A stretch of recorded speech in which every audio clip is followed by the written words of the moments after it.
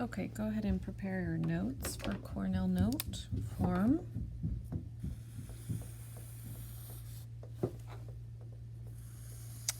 Today we are going to divide decimals by decimals.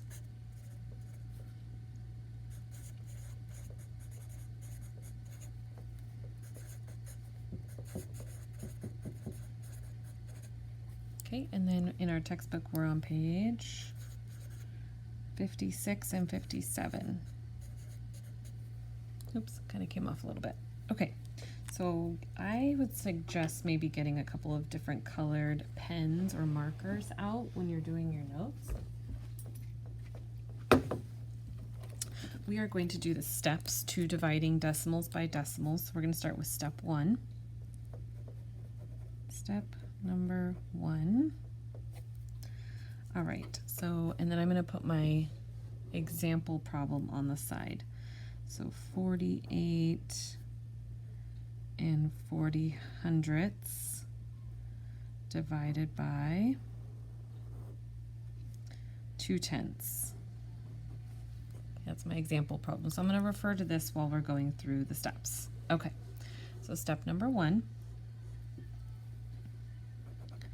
move the decimal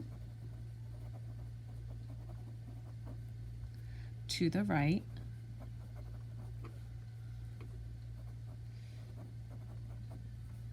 and then I'm going to put parentheses here. So it says move the decimal to the right in parentheses as many times as necessary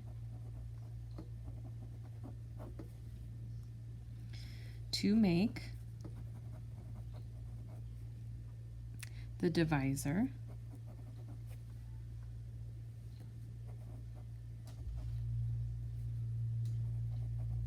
a whole number.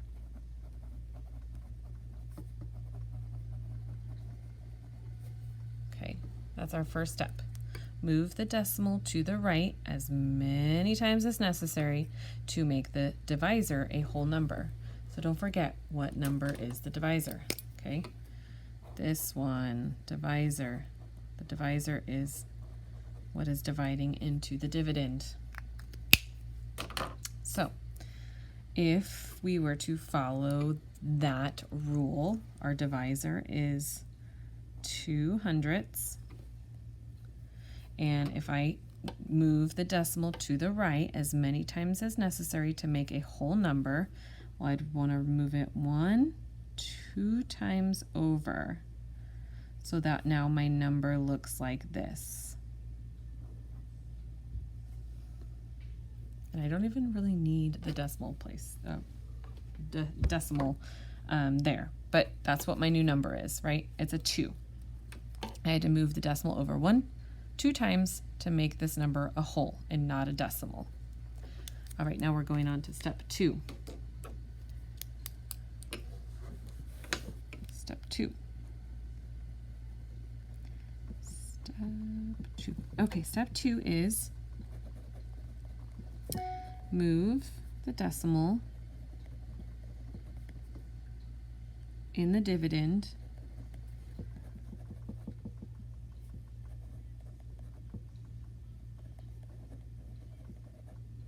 the same number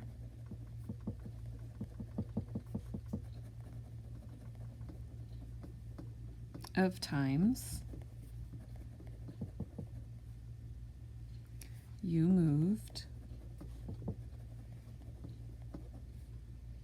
it in the divisor. Okay, let me reread that. So step number 2, move the decimal in the dividend the same number of times you moved it in the divisor. So don't forget, this number is the dividend. So we need to move the decimal over to the right the same amount of times we moved it in the divisor. So how many times did we move it in the divisor? 2 times, which means we need to move it in the dividend 2 times. So let's take our dividend, 48 and 40 hundredths, and we move that decimal over. Since we moved it here 2 times, we move it here 2 times. So the decimal goes there. So our new number is 4,400 or 4,840. Okay, step number 3, new color. Let's see, I'm gonna use brown this time. I'm using some weird colors today. Step 3.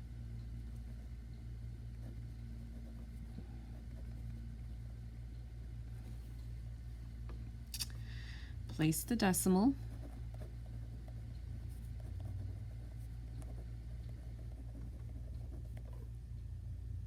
into the quotient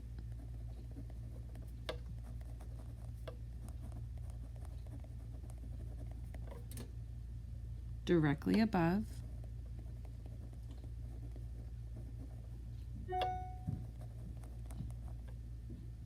the moved decimal point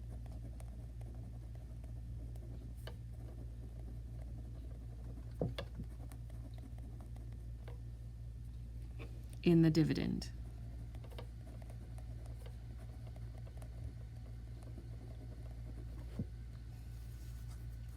Okay, so let's go back to our 2 numbers.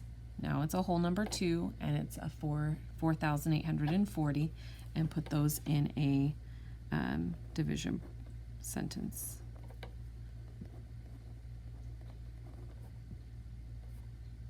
Don't forget those decimals, right?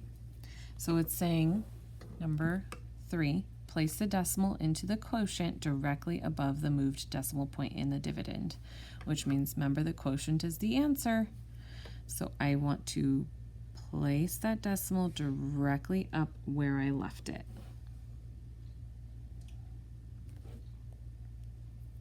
Okay, and then our last step, step 4. Step number 4. Okay, this one's easy. Divide. Woohoo! Get like a big division symbol there. Okay, so our new division sentence is 2 needs to be, okay, so we have 4,840 divided by 2. So we can start from the beginning. 2 goes into 4 2 times. 2 times 2 is 4. Drop down that 8.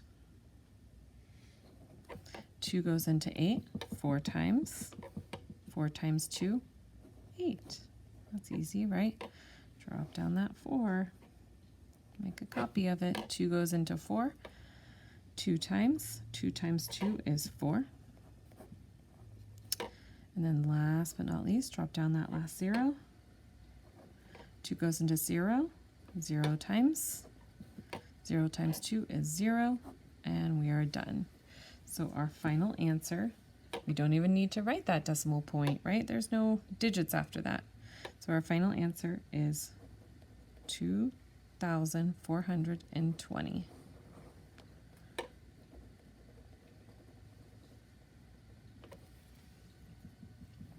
Perfect. Okay, so let's practice one more problem. Let's see. Well, we're going to practice a couple more problems. Go ahead and turn your page to a new page and still put it in Cornell note form. Once you guys get back to class, we're going to do notebook checks. Okay, we are now on page 56. And we're going to start with number 1, down halfway through page 56. Okay, number 1 is 1 71/100 divided by 9/10. So first things first is we need to move our decimals. So I look at my divisor, I figure out how many decimal points do I need to move over till it's a whole number? Just 1, right? So then I only move this one, just 1, which is our dividend. So our new division sentence is going to be 9, division bracket, 1, 7, 1. See, I moved the divisor over, right? So now I just divide as usual. So 9 goes into 17. How many times? Just one time, right? 1 times 9 is 9. 17 minus 9 is 8. Drop down that 1. How many times does 9 go into 81? 9 times. 9 times 9 is 81.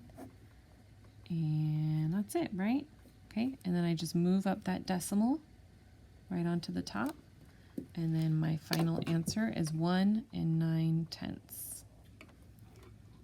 Okay, let's keep going to A. Do A on the side.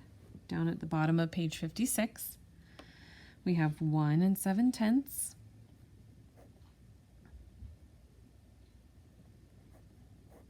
We're dividing into 54 4/10. Now, how many moves do I have to make to the right to make this a whole number? We have a whole number, it's a 1, but the whole number has to be a whole number. We can't have any decimals in the divisor. So I have to move this decimal over to the right 1 time in order to make it 17, which means I have to move the dividend decimal over 1 time as well. You do the same on both sides, okay? So that our new numbers are 17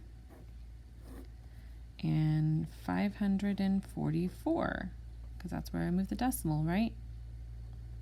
Perfect. And now I would just continue to divide as usual. So 17 doesn't go into 5, so I have to figure out how many times does 17 go into 54. So if I was rounding to 15, well, 15 and 15 would be 30. So maybe 3 times? Let's check 3 and see if we're right. Okay, 3 times 7 is 21. Carry the 2. 3 times 1 is 3 plus 2 is 5. Ooh, I was close. Perfect. 54 minus 51 is 3. And then we're going to drop down that 4. 17 goes into 34. If I was thinking this of terms of like, if I was rounding this to 15, well, 15 goes into 30 about 2 times. So I'm going to try 2. 2 times 7 is 14. Carry the 1. 2 times 1 is 2 plus 1 is 3. Ooh, I was perfect. 34 minus 34 is 0. So I'm done. So your final answer is just 32 because I have no numbers in the decimal place value. All right, let's go to, we'll skip B and go straight to C because C is a tough one. Okay, C, we're dividing, let's see. 63, see, tenths, hundreds, thousands, 10,000, 63 10,000ths divided by 7 tenths, hundreds, thousandths, 7 thousandths. So remember the second number is always the divisor. So we'll figure out how many decimal place values do we need to make it a whole number. We got to move that decimal over 1, 2, 3 times in order to make it a 7, which means we have to move the dividend decimal over 1, 2, 3 times as well. So it'll go there. So these are our new numbers. So our new numbers are 7 and 0, 0, 6, 3. Perfect. Okay. So we probably don't even need to put those zeros in there because we're going to divide 7 into 63. So actually 7 goes into 63 9 times. So we'll put the 9 above the 3 and the 63. 9 times 7 is 63. Wow, that was easy. But what's my last step? bring up that decimal, right? You can't forget to do that. So my final answer is 9/10.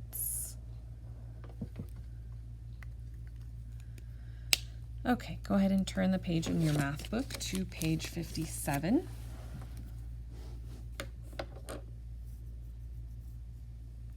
We're going to talk about some zeros in our quotient, like what it means.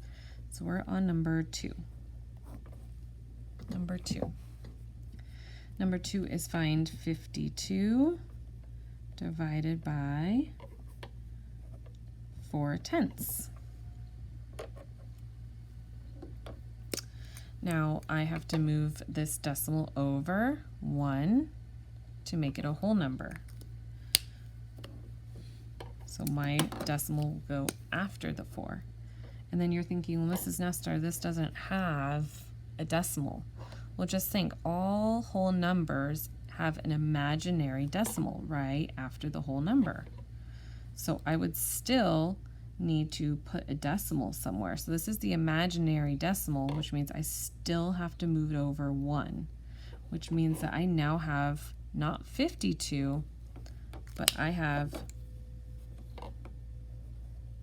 a space there because I had to put my decimal over 1 place value. So what do I put in this space? I fill it up with a 0. So don't forget, every whole number has an imaginary decimal after the ones digit. So if I had to move that over 1, that means I had this imaginary space I had to fill with a 0.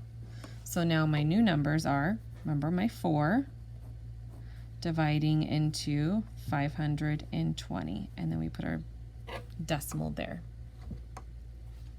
So we can start from the beginning. 4 goes into 5 one time. 1 times 4 is 4. And then subtract 5 minus 4 is 1. Bring down that 2. 4 goes into 12. How many times? 3 times. 3 times 4 is 12. And we're left with 0, but we still have a digit in this number, right? We can't just do 52, we have to do 520. So we have to drop down that 0. 4 goes into 0. 0 times. 0 times 4 is 0. There we go. And we got to bring up that decimal. Don't forget. So our end number is 130.